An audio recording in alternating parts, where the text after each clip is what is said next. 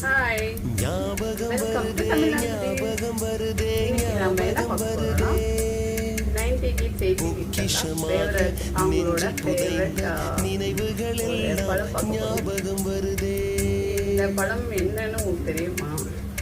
ஏதோ பேர் ஒன்றை தெரிஞ்சா எனக்கு தொலைத்தது போல சொல்லுங்க.